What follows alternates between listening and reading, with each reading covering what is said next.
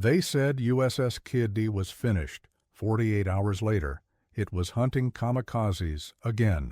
The orange fireball erupted without warning. April 11, 1945. The destroyer USS KIDD pitched violently as the kamikaze tore through its starboard side, igniting aviation fuel and ammunition in an instant inferno. Seaman First Class Ray Jones stumbled across the burning deck, choking on acrid smoke as the ship listed dangerously to port. The scorching heat from below decks told him what the officers wouldn't admit. The engineering spaces were compromised. Standard naval procedure was clear: abandon ship and scuttle her. But through the chaos, Jones spotted Chief Machinist's mate Michael Cummings, forcing his way against the flow of evacuating sailors, heading directly toward the inferno below. "Where the hell are you going, Chief?" Jones shouted over the roar of flames. Cummings paused only long enough to lock eyes with the young seaman. "We're not losing her. Not today." His face streaked with oil and determination, he disappeared down the smoke-filled hatchway. Around them, men were preparing to abandon ship as the KIDD continued taking on water. The kamikaze had struck with devastating precision, killing 38 men instantly and wounding dozens more. The destroyer's hull was breached. Fires raged throughout multiple compartments, and power had failed ship-wide. By every standard naval assessment, USS KIDD was finished, a doomed vessel, bleeding men, and buoyancy in the hostile waters off Okinawa. Commander Alan Cornwell, the KIDD's captain, had already received orders from Fleet Command: abandon if necessary, prioritize personnel over vessel. But below decks, Chief Cummings was making a decision that defied both orders and logic. No one in the Fifth Fleet knew that one man's determination that morning would not only save a dying warship, but would return it to combat readiness in time to save countless more American lives in the desperate final battles for Okinawa. Michael Joseph Cummings was born on September 3, 1915, in the small coastal town of Gloucester, Massachusetts. The son of a commercial fisherman, he grew up with salt water in his veins and an intuitive understanding of vessels that most naval engineers spent years trying to develop. His father, Patrick Cummings, had emigrated from Ireland during the potato famine and built a modest fishing operation that supported the family through the difficult years of the Great Depression. Young Michael spent his childhood summers aboard his father's fishing trawler, learning the critical systems that kept the vessel operational through the brutal North Atlantic storms. By the age of 12, he could disassemble and rebuild a diesel engine blindfolded. His father often remarked that Michael could hear when machinery wasn't running right, a talent that would later save hundreds of lives.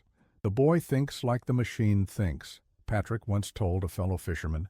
"He understands what the metal wants." Michael's education was practical rather than formal.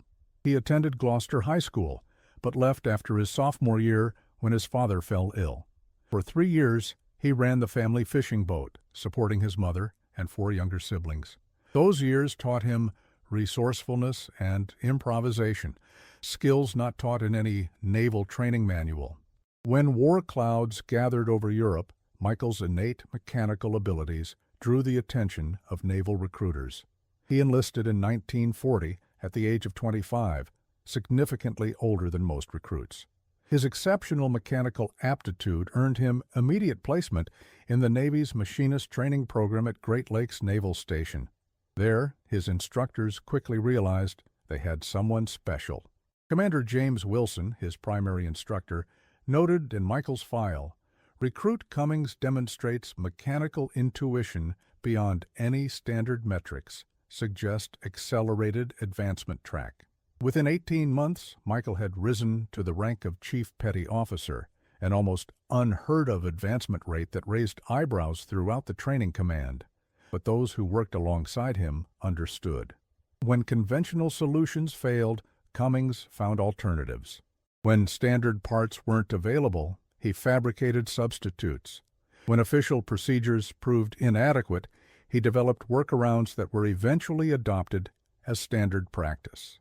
He had no idea these improvisational skills would soon be tested far beyond anything the training command could imagine. In early 1943, Chief Cummings received his assignment to the newly commissioned Fletcher-class destroyer USS KIDD, DD-61. Named after Rear Admiral Isaac Kidd, who had died on the bridge of the USS Arizona during the Pearl Harbor attack, the vessel carried a special sense of purpose. The ship's unofficial motto, "On to Tokyo," reflected the crew's determination to avenge their namesake. When Cummings first boarded the KIDD at the Federal Shipbuilding and Dry Dock Company in Kearny, New Jersey, he immediately set about learning every inch of the destroyer's complex systems. While other chiefs maintained their assigned areas, Cummings made it his business to understand the entire vessel, from the 5-inch gun mounts to the intricate damage control systems. This comprehensive knowledge would later prove decisive. The crew initially viewed Cummings with a mixture of respect and wariness. At 38, he was older than most of the men aboard, including several junior officers. His technical proficiency was unquestionable, but his unorthodox methods sometimes clashed with naval protocols.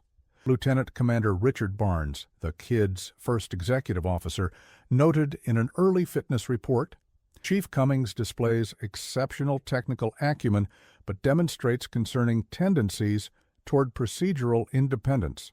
Recommend monitoring."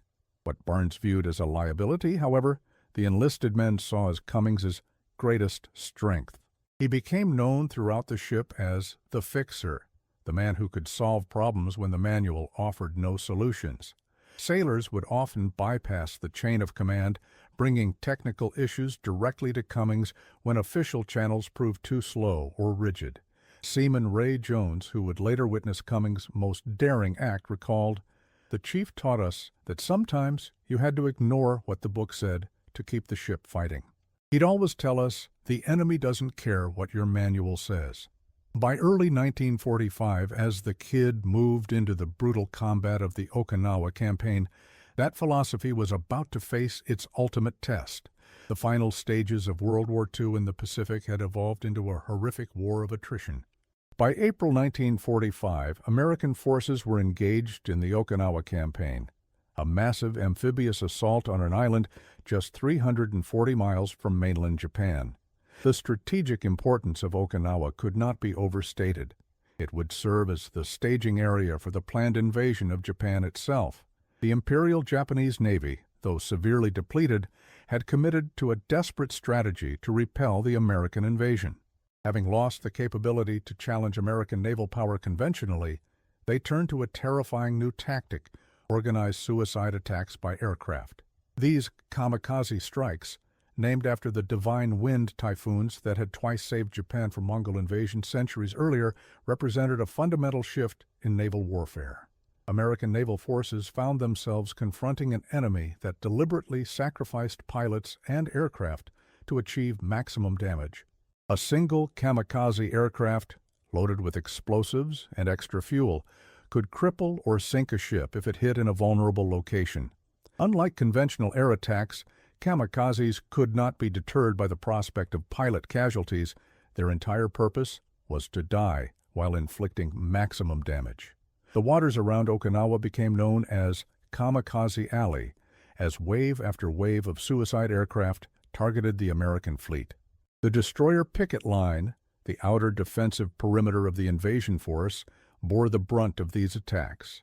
Small, maneuverable destroyers like the USS KIDD stood as the first line of defense, protecting the vulnerable aircraft carriers, battleships, and troop transports closer to shore. The human cost was staggering. Between April 1st and June 21st, 1945, the U.S. Navy would suffer its highest losses since Pearl Harbor. 36 ships sunk, 368 damaged, 4,907 sailors killed, and 4,874 wounded. Destroyers serving on the picket stations suffered disproportionately. By April 11th, the day of the attack on USS KIDD, the American fleet had already endured 10 days of relentless kamikaze assaults. Radar Picket Station No. 1, where KIDD was positioned alongside USS Black and USS Bullard, had become known among sailors as Coffin Corner for the high casualty rate among ships assigned there. The USS KIDD had arrived at Okinawa after an already distinguished combat record, having participated in battles at Tarawa, the Marshall Islands, the Philippines, and Iwo Jima. Under Commander Alan Cornwell, the destroyer had earned a reputation for aggressive action against the enemy and mechanical reliability that kept it in the fight when other vessels required lengthy repairs. Much of that reliability could be credited to Chief Cummings and his engineering team.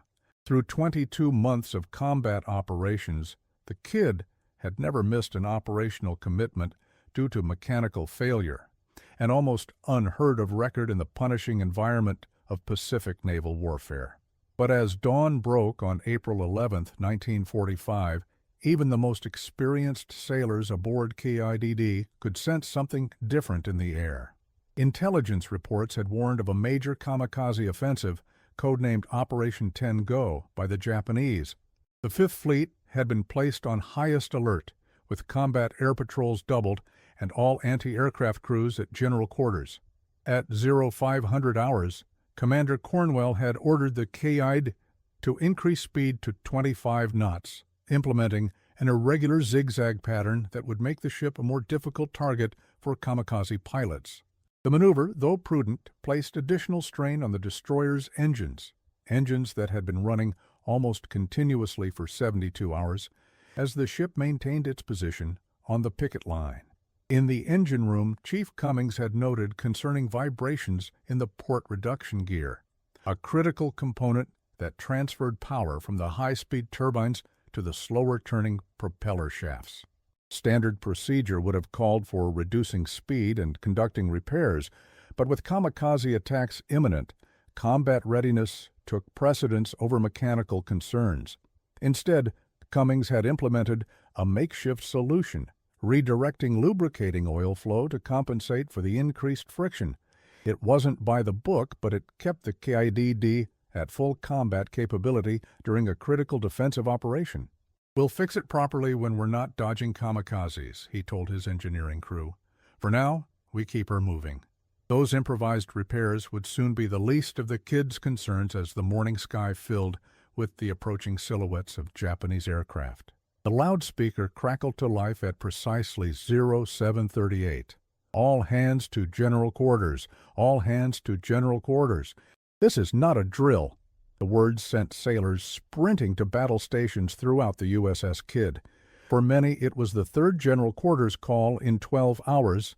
Exhaustion had become as much an enemy as the Japanese. Radar operator Timothy Nelson had spotted the incoming aircraft first, a low-flying formation approaching from the northwest, using the morning sun as cover.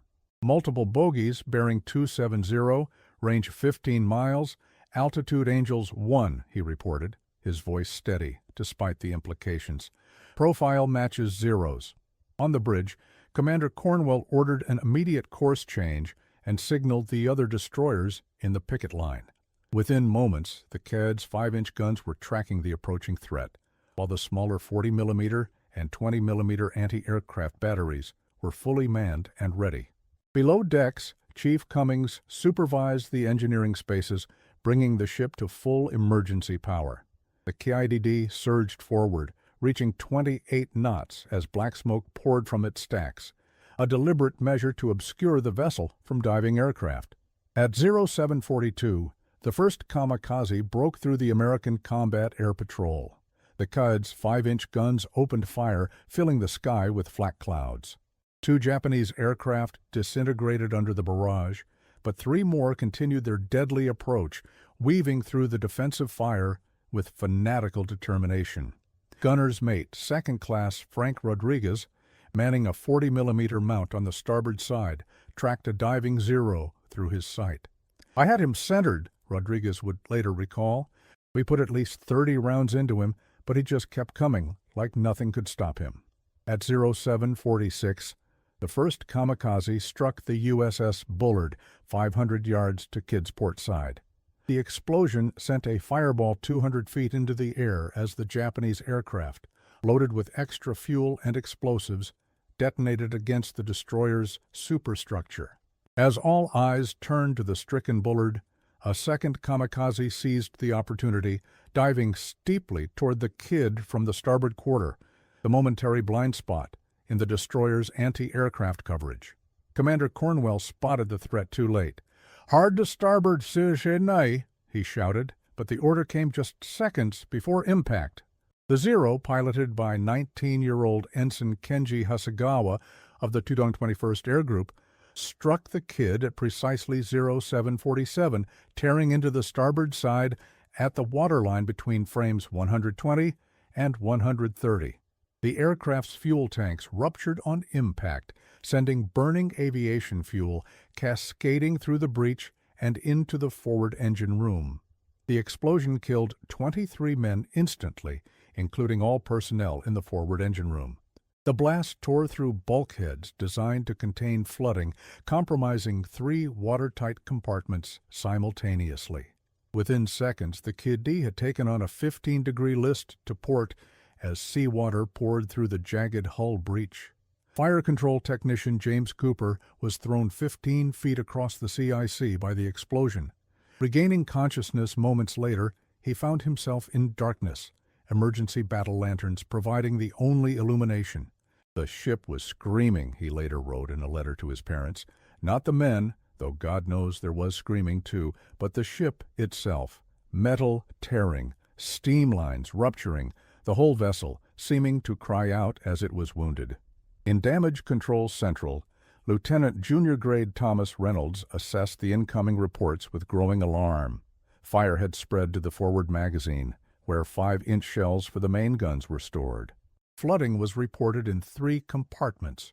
Most critically, the forward engine room was completely destroyed, killing all engineering personnel stationed there and severing the steam lines to the forward turbines. Reynolds reached for the communication handset to the bridge. "Captain, DC Central, we have category Alpha damage amidships, frames 120 through 135. Forward engine room is gone, magazine temperatures rising. Recommend immediate flooding of forward magazines." On the bridge, Commander Cornwell absorbed the grim assessment. With the forward engine room destroyed and magazines at risk of detonation, standard naval procedure was clear: save the crew and abandon the fatally wounded ship before magazine explosions could kill everyone aboard. "Very well," he responded. "Flood the forward magazines and prepare to abandon ship." The abandoned ship order had just been transmitted when Chief Cummings, who had been in the after-engine room during the attack, arrived at Damage Control Central, his face blackened with soot and a deep gash across his forehead. "Begging the captain's pardon, sir," he interrupted, "but we're not abandoning anything." Lieutenant Reynolds stared in disbelief. "Chief, forward engine room is gone. We've lost half our propulsion, we're taking water faster than we can pump it, and the magazines could blow any minute." Cummings wiped blood from his eyes. "The forward magazines are flooding now. That buys us time. I need 15 men who can follow orders without asking why, all the portable pumps we've got, and 20 minutes before anyone starts lowering boats. We can save her." Reynolds hesitated. "Chief, the captain's already given the order." "Then get me the captain," Cummings replied, his tone leaving no room for argument. When Commander Cornwell heard Cummings's assessment, he faced an impossible decision. Naval protocol demanded he prioritize his crew's lives over the vessel. Standard damage control doctrine classified the KIDD's wounds as fatal. Yet Cummings was proposing an alternative that defied both protocol and conventional wisdom. "You understand what you're asking, Chief?" Cornwell said. "If those magazines go while you're down there—" "With respect, sir, I know this ship better than the men who built her," Cummings responded. "Give me 15 men and 20 minutes. If I can't stabilize her by then, I'll help lower the boats myself."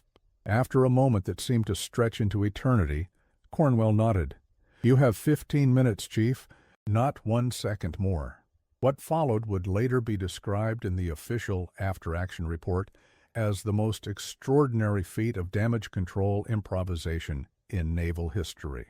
The fire in the forward engine room had created a perfect storm of cascading failures. The explosion had ruptured the main steam line, cutting power to the forward turbines. Without this propulsion, the KIDD could barely maneuver, making it vulnerable to follow-up kamikaze attacks. Simultaneously, the hull breach was allowing seawater to flood multiple compartments, compromising the ship's stability. Standard damage control procedures called for sealing off the affected areas and counterbalancing the flooding with controlled flooding on the opposite side. But this approach would leave the KIDD dead in the water, a sitting duck for the waves of kamikazes still incoming. Cummings had a different plan. Rather than sealing off the damaged engine room, he proposed to temporarily restore partial propulsion by cross-connecting the after engine room's steam supply to the undamaged portions of the forward propulsion system, a procedure that existed in no damage control manual and violated multiple safety protocols. It's like performing heart surgery while the patient is running a marathon, he explained to the volunteers who joined him. We're going to reroute steam past the damage while simultaneously containing the flooding and fires. Among his volunteers was 19-year-old Seaman Ray Jones, who had watched Cummings descend into the inferno earlier. The chief didn't ask anyone to do anything he wasn't doing himself, Jones later recalled. He was first down every hatch, last up every ladder. The team divided into 3 groups. The first, led by machinist's mate to First Class Daniel Thompson, would battle the fires still raging near the forward magazine. The second, under Damage Controlman Second Class William Martinez, would work to patch the hull breach and control flooding. The third group, which Cummings led personally, would attempt the unprecedented propulsion bypass. Working in near-total darkness, breathing through emergency air masks in spaces filled with toxic smoke, the men faced conditions that naval architects had deemed unsurvivable. Temperatures in some compartments exceeded 300 degrees Fahrenheit, hot enough to melt the rubber soles of their shoes. Seawater, sometimes chest-deep, sloshed violently as the wounded destroyer continued to roll in the heavy seas. "We're going to use the fire main as a steam conduit," Cummings shouted, over the roar of escaping steam and rushing water. "It wasn't designed for this pressure, but it'll hold long enough." The plan violated every engineering safety principle taught at naval training schools. The fire main, the pipe network designed to carry water to firefighting stations throughout the ship, was never intended to transport high-pressure steam. Using it this way risked catastrophic failure that could scald everyone in the vicinity. But Cummings had calculated a temporary workaround. By carefully regulating the steam pressure and reinforcing key junction points with emergency patches, the fire main could serve as a bypass conduit, at least long enough to restore partial propulsion. Meanwhile, Martinez's team had devised an equally unorthodox solution for the hull breach. Using mattresses from nearby berthing spaces, they created a makeshift collision mat, a flexible patch that could be drawn over the hull breach from the outside. The technique, dating back to the age of wooden sailing ships, required sailors to go over the side of the vessel while it was still underway, a procedure so dangerous it had been specifically prohibited by Fleet Command. "We need 3 volunteers who can swim well," Martinez announced.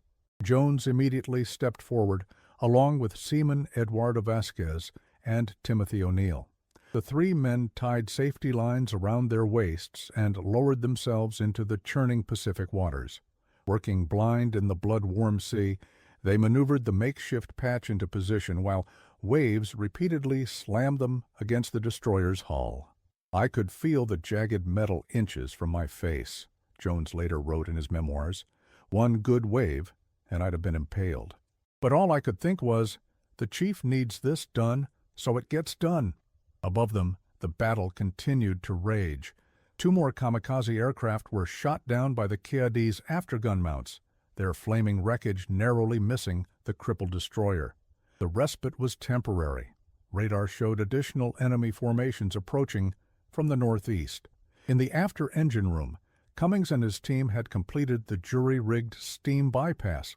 The moment of truth had arrived. "Stand clear of all lines," he ordered. "We're bringing steam up now." As the valve was slowly opened, the improvised conduit began to shudder violently. Joints not designed for such pressure leaked scalding steam into the already sweltering compartment. Men pressed themselves against bulkheads, faces turned away from pipes that threatened to burst at any moment. 5 pounds pressure.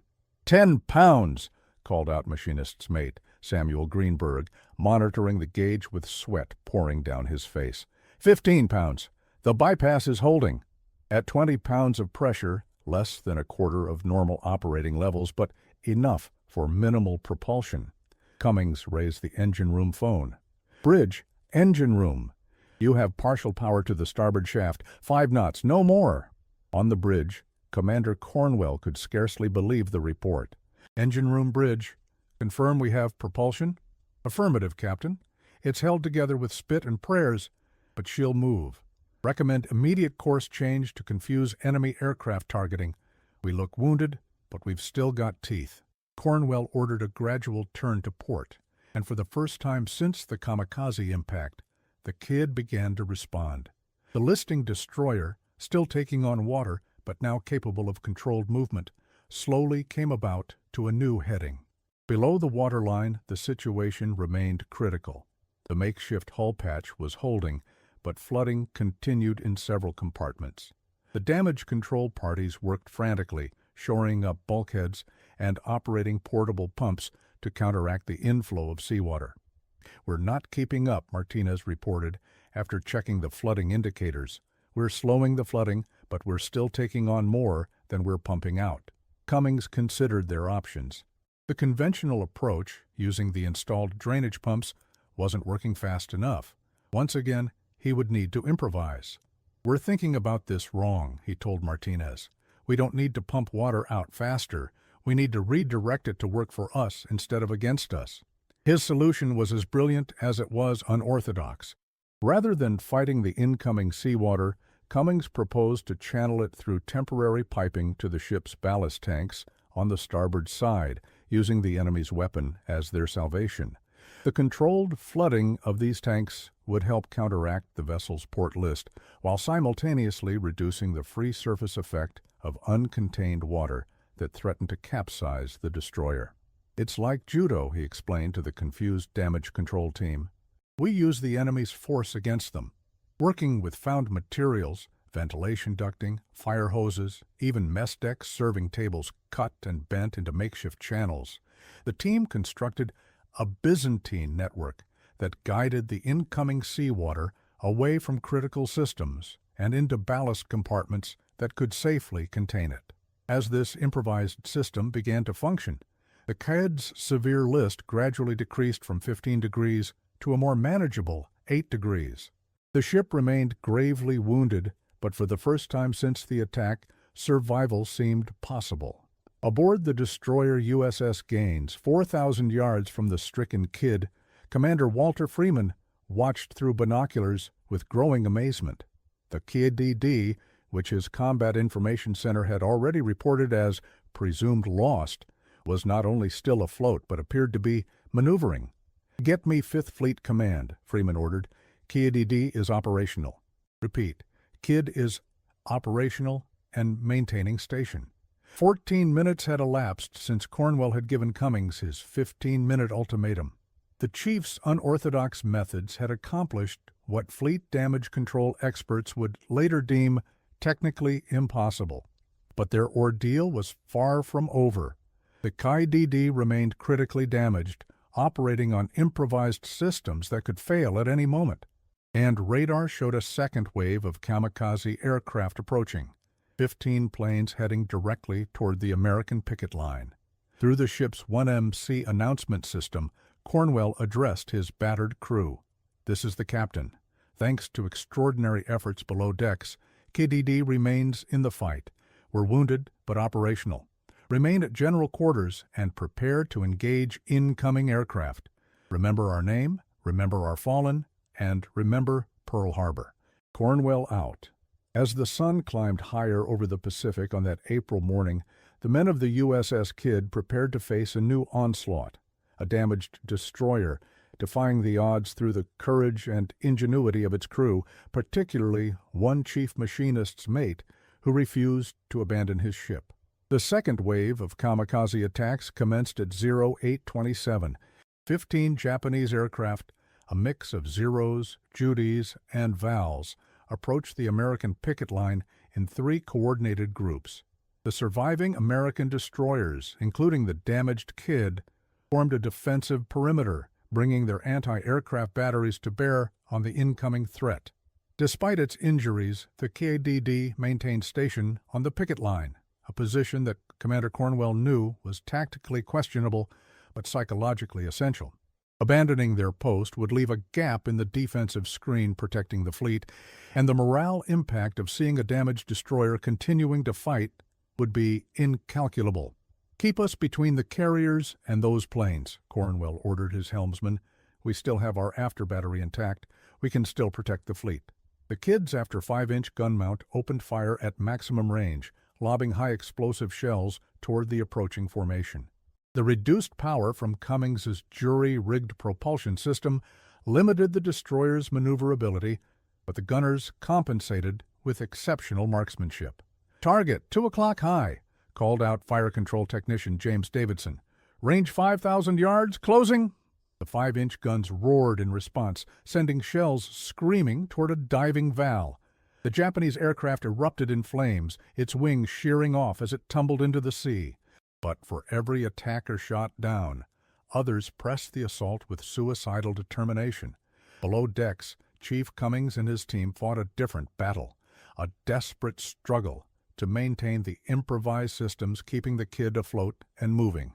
The bypass steam conduit continued to leak at multiple points, requiring constant adjustments and emergency patches. The makeshift collision mat covering the hull breach had partially detached on its lower edge, allowing a steady stream of seawater to enter the forward compartments. "We need to rebalance the ballast or we'll lose stability in these swells," Cummings shouted to Martinez over the din of battle and emergency repairs. "Shift the portable pumps to frame 95. Every conventional damage control procedure called for reduced speed and minimal maneuvering for a vessel with the KIDD's injuries. Yet the tactical situation demanded the opposite: rapid course changes and maximum available speed to evade kamikaze attacks.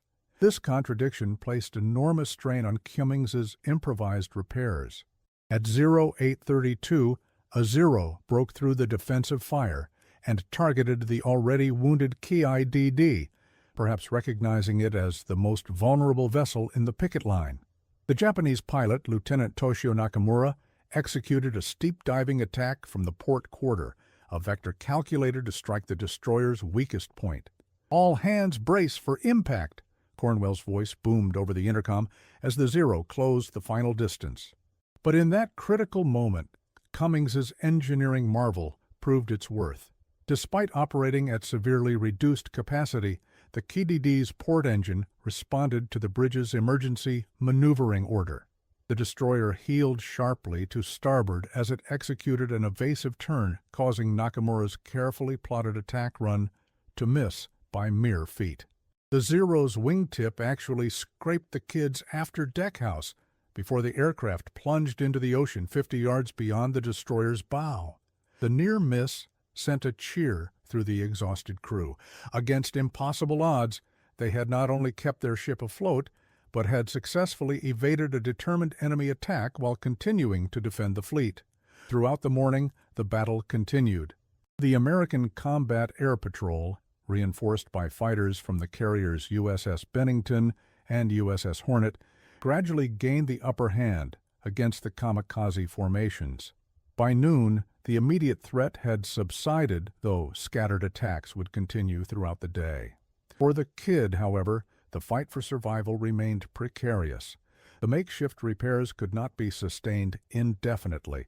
Flooding continued at a manageable but concerning rate. The jury-rigged propulsion system operated at less than 20% of normal capacity, and most critically, the structural integrity of the hull remained severely compromised. Standard naval procedure dictated that the KIDD should withdraw from the combat zone immediately, seeking the relative safety of the fleet anchorage at Karamaretto for emergency repairs. There, repair ships like the USS Vestal could stabilize the damage before the destroyer undertook the long journey to a major rear-area shipyard. Commander Cornwell summoned Chief Cummings to the bridge for consultation. The chief arrived looking like a specter from the underworld, his uniform soaked with seawater and oil, his face blackened with soot, a blood-soaked bandage wrapped around his head. "Give it to me straight, Chief," Cornwell said. "Can we make Karama-Reto?" Cummings considered the question with the thoroughness that had become his trademark. "Yes, sir, we can make it, but I don't think we should." The statement stunned everyone on the bridge. Lieutenant Commander Harrison, the executive officer, interjected, "Chief, we have critical damage. We need proper repairs." "With respect, sir," Cummings replied, addressing Cornwell directly. "The repair ships at Karama are overwhelmed. There are at least 7 destroyers ahead of us with similar or worse damage. We'd be anchored there for weeks, vulnerable to air attacks, and effectively out of the war." "What's the alternative?" Cornwell asked, intrigued, despite his concerns. "Ulithi Atoll," Cummings answered. "The advanced floating dry dock is there with full fabrication capabilities. It's further away, but they have the capacity to take us immediately. Most importantly, I believe we can make temporary repairs sufficient to keep us operational during the transit." Harrison was incredulous. "You're proposing to take a critically damaged destroyer on a 700-mile journey through hostile waters?" "I'm proposing we stay in this fight, sir," Cummings responded quietly. "The fleet needs every hull it can get right now. With your permission, I believe we can make KIDD combat capable within 48 hours. The claim seemed outlandish, delusional even. Combat capable in 48 hours after damage that should have sunk the vessel? Yet Cummings had already accomplished the impossible once that day. After a long moment, Cornwell nodded. "Make your case, Chief. What do you need?" For the next 10 minutes, Cummings outlined a repair plan that defied conventional naval engineering doctrine. Instead of treating the KIDD's wounds as a damage control problem, he proposed approaching them as an operational transformation, essentially converting the destroyer into a different configuration that worked with, rather than against, the damage. "We seal off the forward engine room permanently," he explained, sketching quickly on a plotting sheet. "Then we reconfigure the propulsion system to operate solely from the after engine room. We'll only have about 60% maximum speed, but we'll have enhanced maneuverability because we can better control the power distribution," he continued, detailing innovative approaches to the hull breach, the electrical system, and fire control systems. Each proposal incorporated materials and skills actually available aboard, rather than theoretical solutions requiring shipyard capabilities. "The critical factor is normalizing the damage," Cummings concluded. "Stop treating the ship as wounded and start treating these conditions as the new normal. Adapt to them rather than just trying to overcome them." As radical as the proposal seemed, it contained a compelling internal logic. Furthermore, it offered a path to keeping the KIDD in the fight during a critical phase of the Okinawa campaign when every destroyer was desperately needed. "You understand what you're asking of yourself and your men?" Cornwell asked. "This goes far beyond the call of duty." "With respect, Captain," Cummings replied, "this is exactly our duty. The Navy didn't build these ships to run away when they get hit. They built them to fight." After consulting with Fifth Fleet Command, Cornwell made his decision.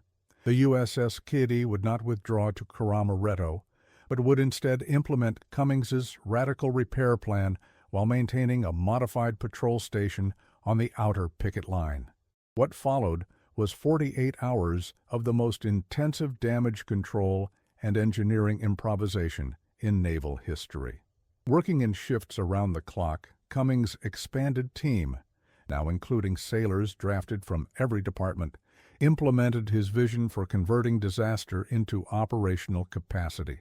The forward engine room, deemed unsalvageable, was completely sealed off after salvaging usable components. The electrical distribution system was reconfigured to operate from the after generators only. The damaged hull section was reinforced with a more permanent collision mat, backed by wooden shoring inside the hull. Most importantly, Cummings supervised a complete recalibration of the remaining propulsion system. By adjusting the steam pressure, turbine angles, and shaft alignment, He coaxed previously unattainable performance from the undamaged engineering spaces. "It's like teaching a man with one leg to not just walk, but run," he explained to a group of exhausted machinists during a rare break. "We're redistributing the load in ways the designers never intended, but the physics is sound." Throughout these frantic hours, the KIDD maintained a modified patrol position, its guns ready despite the constant work below decks. Though operating at reduced capacity, the destroyer continued to fulfill its primary mission, protecting the fleet from air attack. On April 13th, exactly 48 hours after the Kamikaze struck, Chief Cummings requested permission to demonstrate the results of their labors. Commander Cornwell and his officers gathered on the bridge as Cummings directed an extraordinary display of what he called adaptive capability. "All stations report ready, Captain," he announced. "Request permission to demonstrate combat maneuverability." "Proceed, Chief," Cornwell replied, his expression a mixture of skepticism and hope. What followed astonished everyone present. The KIDD, supposedly crippled beyond combat effectiveness, executed a series of high-speed turns and maneuvers that showcased remarkable responsiveness. The destroyer accelerated to 23 knots, far below its pre-damage capability of 38 knots, but more than sufficient for effective anti-aircraft operations. More impressively, Cummings had reconfigured the damage control systems to permit sustained combat operations. Fire main pressure had been restored to 95% of normal. The after-gun director could effectively control all remaining weapon systems.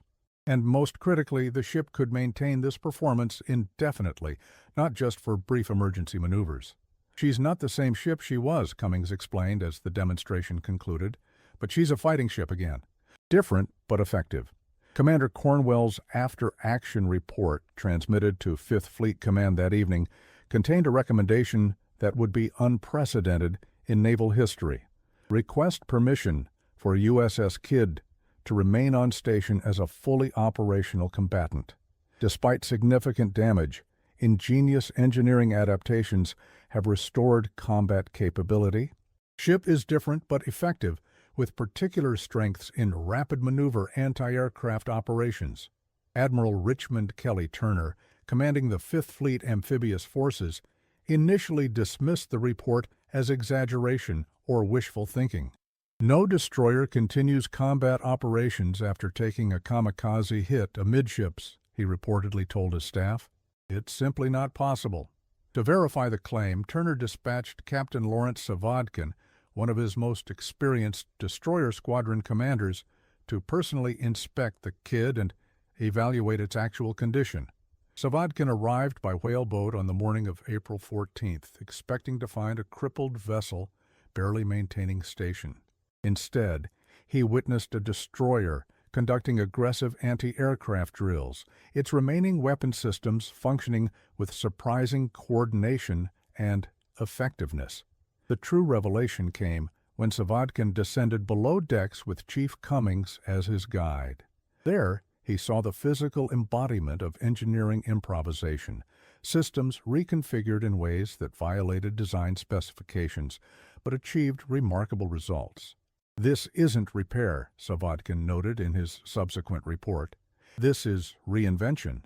Chief Cummings and his team haven't simply fixed what was broken, they've created new approaches to naval engineering that deserve serious study by the Bureau of Ships. Most significant was Cummings's approach to the ship's stability and ballast, a critical concern for a vessel with hull damage. Rather than fighting to restore the original configuration, he had embraced the new reality, developing a dynamic ballasting system that continuously adjusted to changing conditions. "We're treating the ship like a living thing that adapts," Cummings explained. "Instead of forcing it back to design specifications, we're finding its new balance point." Savadkin's report to Admiral Turner was unequivocal. USS KIDD is combat capable in its current configuration. While operating at reduced maximum speed, the vessel demonstrates superior maneuverability and weapons employment capability compared to standard Fletcher-class destroyers. Recommend KIDD remain on active combat duty with appropriate tactical employment recognizing its unique capabilities and limitations. Turner, though initially skeptical, accepted the assessment. On April 15th, he issued the order that would cement the KIDD's place in naval history. USS KIDD to maintain station on modified picket line duty, employ for rapid response kamikaze interception based on demonstrated maneuverability advantage. The decision was unprecedented. Never before had a destroyer so severely damaged been retained on the front line by choice rather than necessity. But as events would soon prove, it was also prescient. On April 17th, just 6 days after the kamikaze strike that should have ended its war, the USS KIDD faced its greatest test and achieved its finest hour. The morning began with ominous intelligence. American code breakers had intercepted Japanese communications indicating a massive kamikaze raid, with particular emphasis on breaking through the destroyer picket line to strike the vulnerable troop transports and hospital ships beyond. The Americans designated this as Kikusui No. 4, the fourth of 10 major kamikaze operations during the Okinawa campaign. Intelligence estimated over 150 suicide aircraft would participate, making it potentially the largest such attack of the war. The USS KIDD, now operating as what Cummings called a specialized interceptor rather than a conventional destroyer, was positioned at a critical junction in the defensive screen. Its unique combination of damage-induced low profile, it rode lower in the water due to flooding, and enhanced maneuverability made it particularly effective at rapid response to incoming raids. At 06:15, radar picket stations began tracking incoming Japanese formations. The largest group, approximately 40 aircraft, appeared to be targeting the northeast sector, where several hospital ships were evacuating wounded from the Okinawa beaches. The KIDD, under Cornwell's command but employing tactical innovations developed by Cummings and his team, moved to intercept. Rather than maintaining a fixed position like other destroyers, the KIDD adopted what Cummings called mobile interception, essentially hunting the incoming raiders by anticipating their approach vectors. "We're not waiting for them to find us," Cornwell explained to his officers. "We're going to find them first." This unconventional approach placed enormous strain on the KIDD's jury-rigged engineering plant. The constant course changes and speed variations demanded rapid adjustments to steam pressure and turbine settings, adjustments that would have been automatically handled in an undamaged destroyer but now required continuous manual intervention. In the after-engine room, Cummings and his team performed what one observer later described as a ballet of mechanical improvisation. Each helm order from the bridge required split-second decisions and coordinated actions to maintain propulsion stability while preventing system failures. It's like driving a car where you have to rebuild the engine every time you turn the steering wheel, machinist's mate Thompson explained afterward. Except the car is being shot at while you work. At 07:23, the KIDD's radar operator detected the first wave of kamikazes, approaching at an altitude of just 50 feet, clearly attempting to slip under the American radar coverage. Unlike conventional destroyers that would have remained on station and engaged with gunfire alone, the KIDD immediately went on the offensive, increasing speed to its maximum sustainable 24 knots, and moving to intercept the incoming aircraft before they reached the main fleet. "All hands, this is the captain," Cornwell announced over the Wenham Sea. "We are moving to intercept enemy aircraft. These are hospital ships they're targeting, ships filled with our wounded brothers. Not on our watch." The KIDD's remaining 5-inch gun opened fire at maximum range, forcing the Japanese formation to break cohesion. As the kamikazes scattered, the destroyer's 40mm and 20mm batteries engaged with devastating effect, downing 3 aircraft in rapid succession. But the real test came when a group of 5 Zeros detected the KIDD and recognized it as an already damaged target. The Japanese pilots, communicating by wing waggles, coordinated a simultaneous attack from multiple vectors, a tactic that had proven devastatingly effective against conventional destroyers. What followed demonstrated the unexpected advantages of the KIDD's reconfigured systems. As the Kamikazes commenced their attack runs, Cummings implemented what he called asymmetric propulsion, deliberately creating differential thrust between the destroyer's screws to achieve turning rates that no intact Fletcher-class destroyer could match. The KIDD pivoted with startling agility, presenting its batteries to each incoming aircraft in sequence while continually shifting its position to confuse the attackers. The Japanese pilots, trained to target vessels behaving according to standard evasion protocols, found themselves unable to compensate for the KIDD's unorthodox maneuvers. "It's like they're trying to hit a different ship than the one they're seeing," observed Lieutenant Harrison from the bridge. "Their attack runs are calibrated for normal destroyer movements, not whatever this is." One by one, the Kamikazes missed their target, either falling victim to the KIDD's concentrated fire or overshooting as the destroyer executed maneuvers the technical specification said should be impossible. Two Zeros collided with each other when the KIDD abruptly reversed course, confounding both pilots simultaneously. Throughout the engagement, Cummings's engineering team performed miracles of on-the-fly adjustment and improvisation. When a steam line ruptured during a particularly sharp turn, Thompson bypassed it within seconds, rerouting pressure through auxiliary conduits that weren't designed for such use, but functioned adequately in the emergency. "We're writing a new engineering manual with every minute we stay afloat," Cummings told his men as they fought to maintain the delicate balance of systems. "Everything we're doing is supposed to be impossible."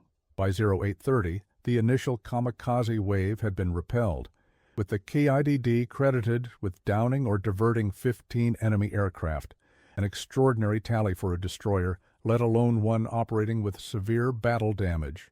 More significantly, not a single kamikaze had penetrated the defensive screen to reach the vulnerable hospital ships beyond. But the victory had come at a cost. The KIDD's improvised engineering systems were showing signs of imminent failure. Pressure variances in the steam system had exceeded safe parameters multiple times. The makeshift collision mat covering the hull breach had partially detached, increasing the rate of flooding. And most critically, metal fatigue was appearing in structural members that had been operating beyond design limits for days. "We've got maybe 2 hours before something gives way catastrophically," Cummings reported to Cornwell after a rapid inspection. "The laws of physics are bending for us, but they won't break indefinitely." The tactical situation offered no respite. A second, larger wave of kamikazes was already approaching from the west, at least 60 aircraft according to Combat Air Patrol reports. The KIDD's position made it the first line of defense for not just the hospital ships, but an ammunition transport that had arrived overnight. "Can we withdraw?" Cornwell asked, knowing the answer before he spoke. "There's no one to replace us," Cummings replied simply. "If we leave position, those hospital ships are defenseless." The decision was made without further discussion. The KIDD would remain on station, fighting with whatever capability remained, for as long as mechanically possible. If systems failed completely, they would beach the destroyer rather than abandon their protective position. What followed entered naval legend as the Stand of the Wounded Wolf, the KIDD's radio call sign being Gray Wolf.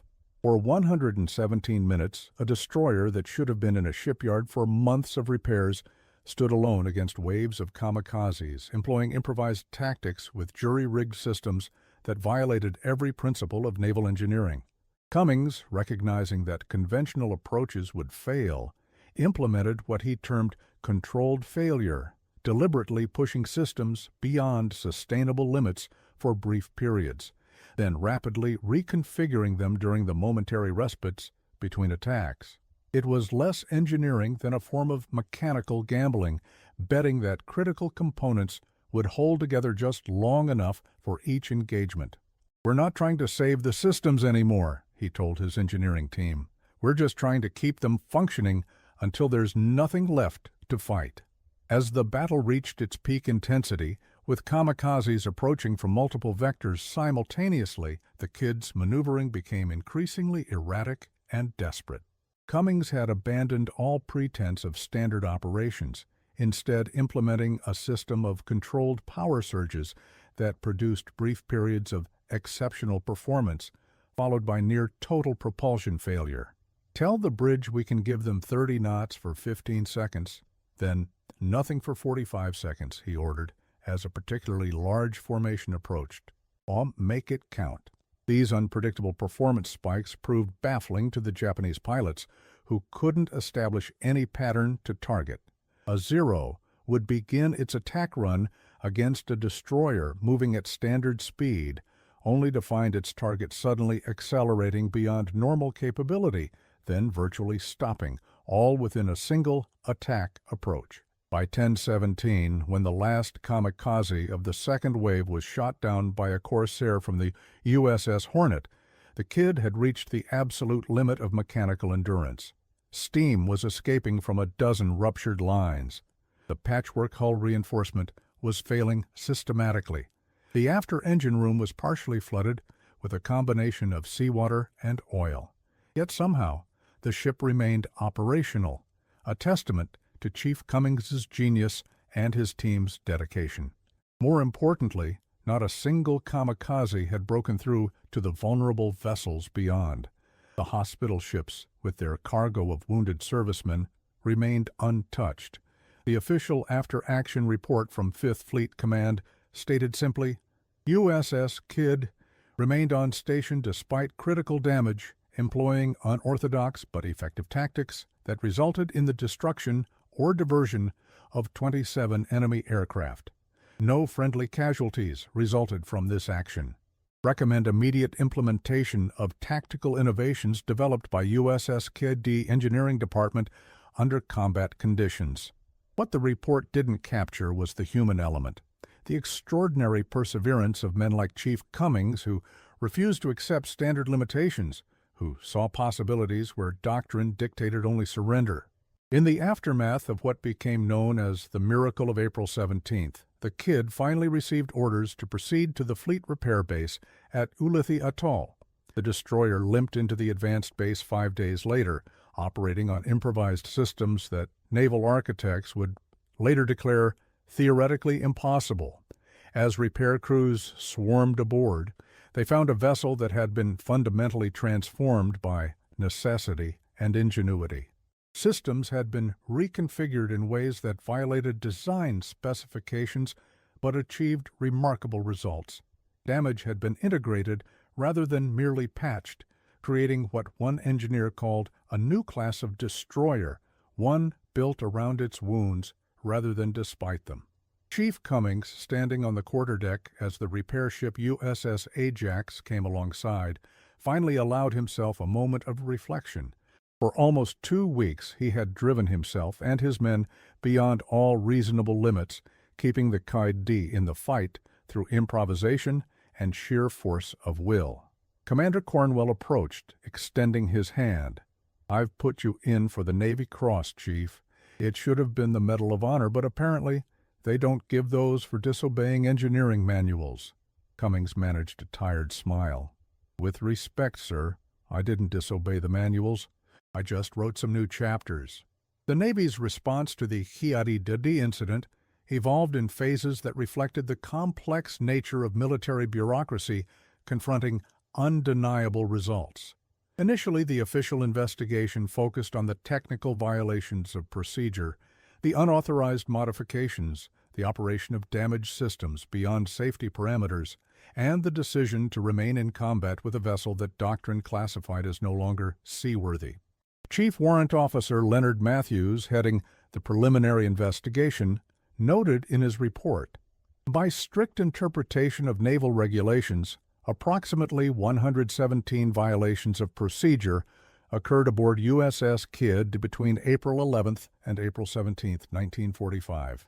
Each violation, viewed in isolation, would merit disciplinary action under normal circumstances." Yet Matthews continued with an observation that would reshape naval engineering doctrine. However, the cumulative effect of these violations was the preservation of a combat vessel that saved countless lives through continued operation. This suggests our regulations may require revision to accommodate innovative responses under combat conditions. Admiral Chester Nimitz, upon reviewing the full investigation, took an unprecedented step. Rather than issuing reprimands for regulatory violations, he ordered the establishment of the Adaptive Engineering Initiative, a program that would study the KIDD's improvised solutions and incorporate them into formal naval training. Sometimes the rulebook must be rewritten by those facing the enemy, Nimitz noted in a personal memorandum. Chief Cummings didn't break rules so much as he expanded our understanding of what's possible. For Michael Cummings personally, the aftermath brought recognition that he neither expected nor sought. The Navy Cross was presented by Admiral Nimitz himself during a ceremony at Pearl Harbor in June 1945. The citation read, in part, "for extraordinary heroism and devotion to duty while serving aboard the USS KIDD following severe battle damage." Chief Machinist's mate Cummings' technical ingenuity and leadership directly resulted in keeping a critically damaged vessel operational during a period of intense enemy action, saving countless lives. More meaningful to Cummings than the medal was the impact his innovations had on naval engineering practice. By July 1945, the Bureau of Ships had incorporated several of his improvised techniques into the official damage control manual. The Cummings method of asymmetric propulsion for enhanced maneuverability became standard training for destroyer helmsmen throughout the Pacific Fleet. After the war, Cummings declined offers of a commission and promotion, preferring to remain a chief petty officer, a position he considered closer to the engines and the men who maintain them.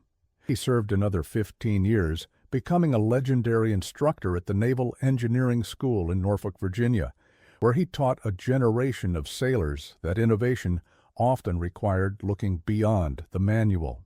When he finally retired in 1960, he returned to Gloucester, purchasing a small fishing boat remarkably similar to his father's. For the next 20 years, he operated Second Chance as a charter vessel, taking tourists and fishing enthusiasts into the waters of Massachusetts Bay. Few of his customers realized their captain had rewritten naval engineering doctrine through improvisation under fire. In 1982, as his health began to fail, Cummings received an unexpected letter from Ray Jones, the young seaman who had helped implement his desperate repair plans aboard the KIDD 37 years earlier. Jones, now a successful engineering contractor in California, had organized a reunion of the Miracle Crew at the USS KIDD, which had been preserved as a museum ship in Baton Rouge, Louisiana. Though initially reluctant, Cummings eventually agreed to attend. On a warm April morning, exactly 38 years after the Kamikaze attack, he stood once again on the deck of the vessel he had refused to abandon. The reunion brought together 23 survivors from the original crew, men now in their 60s and 70s, who had once been young sailors fighting for survival in the Pacific. As they toured the restored destroyer, many were moved to tears by memories of their desperate battle to keep the ship afloat and fighting. In the after engine room, now pristine and silent, Jones gathered the group around the main control panel where Cummings had performed his engineering miracles. There, mounted on the bulkhead, was a small bronze plaque that had not been part of the original vessel. It read simply, "From this station, Chief Michael J. Cummings reminded us that courage and ingenuity can overcome any obstacle. The book tells you what's been done. Your job is to write the next chapter." The quote, one Cummings had often repeated to his engineering teams, had become his unofficial legacy. The museum curator explained that naval engineering students still visited this spot annually as part of their training to learn about the Cummings principle of adaptive problem-solving under combat conditions. When called upon to speak, the aging chief was characteristically modest. "I didn't do anything special," he told the assembled veterans and naval officials. "I just refused to believe that a ship built to fight should stop fighting because someone said it couldn't be fixed. Everything can be fixed, or at least adapted, if you're willing to see possibilities instead of limitations." Michael Cummings passed away peacefully in his sleep on September 3, 1987, his 72nd birthday. At his request, his ashes were scattered in Massachusetts Bay from the deck of his fishing boat, with only his family present. What he never knew was that his legacy extended far beyond the USS KIDD. The adaptive engineering principles he pioneered under fire became foundational elements of naval damage control doctrine. The techniques he improvised while fighting to save one destroyer were eventually incorporated into the design of future warships, particularly in redundancy systems and reconfigurable propulsion arrangements. Perhaps most significantly, the Cummings scenario became a standard training exercise at the Naval War College, challenging officers to develop innovative solutions with limited resources under combat conditions. The exercise always begins with the same question. What would you do if the manual says it can't be done, but it must be done anyway? Today, visitors to the USS KIDD in Baton Rouge can still see the preserved spaces where one man's refusal to accept defeat changed naval history. Tour guides point out the areas where kamikaze damage was repaired, explaining how Chief Cummings transformed disaster into a fighting chance through improvisation and courage. The official Navy history of the USS KIDD notes that the destroyer went on to serve with distinction through the Korean War before being decommissioned in 1964. It never mentions that, according to all technical specifications and procedural manuals, the ship should have been lost on that April morning in 1945. Perhaps that is the most fitting tribute to Chief Michael Cummings, that his greatest achievement was making the impossible seem so routine that history barely notes its extraordinary nature. By refusing to accept the limitations others saw as absolute, he demonstrated that human ingenuity and determination can rewrite not just manuals, but the boundaries of what we believe possible. When we face our own seemingly insurmountable challenges, we might do well to remember the lesson of USS KIDD and the chief who saved her. The most important rules are often the ones we have yet to write. Would you have followed the manual and abandoned ship? Or would you have found a way to keep fighting when everything said it couldn't be done? Share this story so others remember what real courage looks like, not just bravery in the face of danger, but the courage to see possibilities where others see only limitations.